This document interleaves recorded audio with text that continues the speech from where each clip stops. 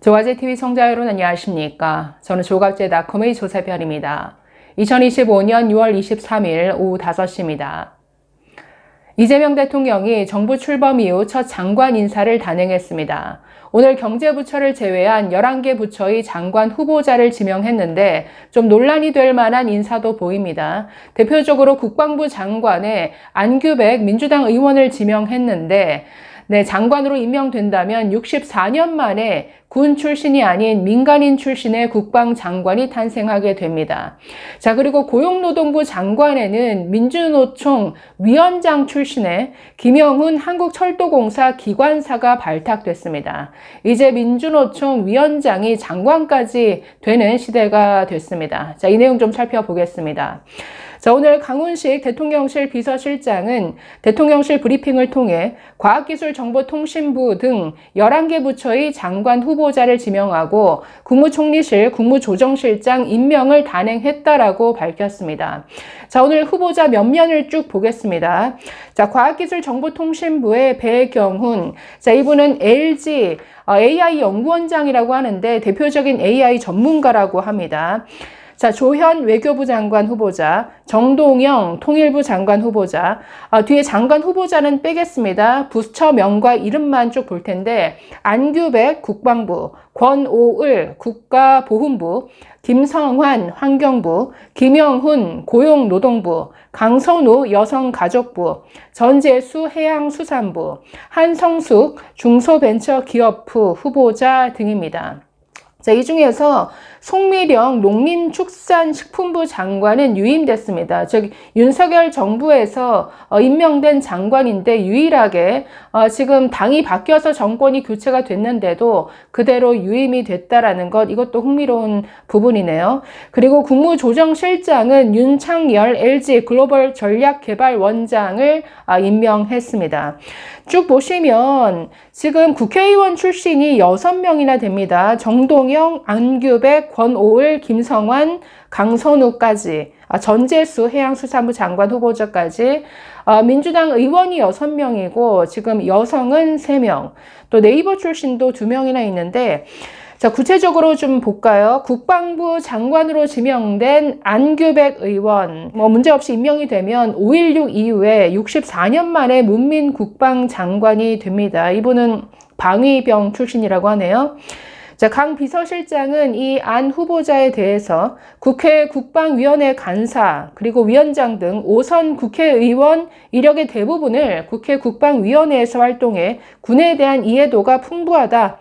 자, 5.16 이후 64년 만에 문민국방부 장관으로서 계엄에 동원된 군의 변화를 책임지고 이끌어 나갈 것이다. 자, 이렇게 강조했습니다. 좀 논란이 있을 것 같은데, 몇 년 전에 그 한미일 그 합동 군사훈련 일정을 페이스북에 공개해서 좀 문제가 된 적이 있습니다. 그러니까 군사 정보를 마음대로 이렇게 유출한 것 아니냐, 이런 비판을 받은 적이 있는데, 글쎄 앞으로 검증 과정에서 또 문제가 없을지 지켜봐야 하겠습니다.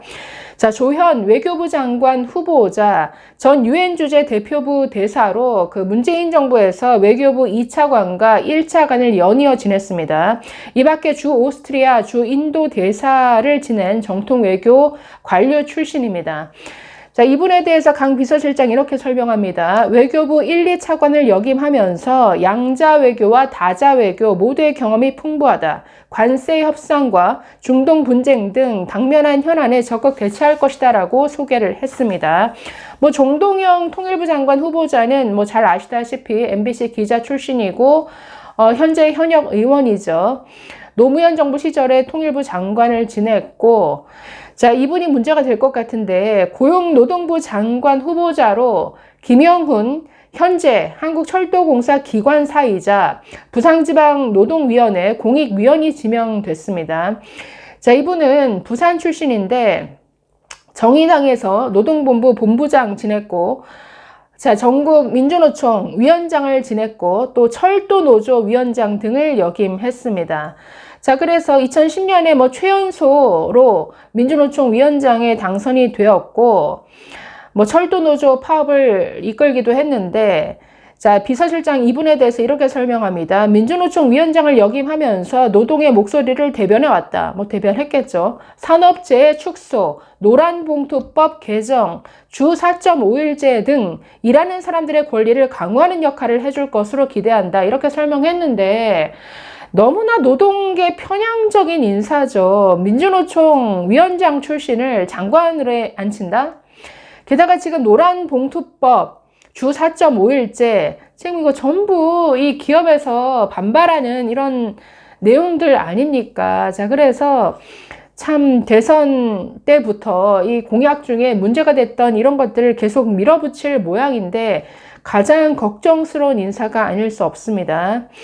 자, 이외에도 그 윤석열 정부에서 임명된 송미령 장관이 유임이 됐는데 과거 뭐 이명박 정권에서 박근혜 정부로 바뀔 때 김관진 국방부 장관이 유임된 경우는 있는데 이렇게 당이 바뀌는 경우에도 유임된 사례는 첫 케이스라고 합니다.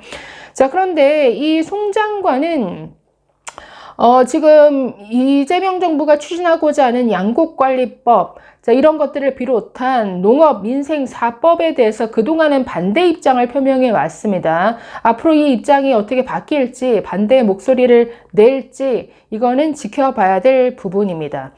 자, 그래서 오늘 그 11개 부처 후보자, 장관 후보자가 지명이 됐는데 경제 관련 부처 장관 인선은 아직까지 발표되지 않았습니다.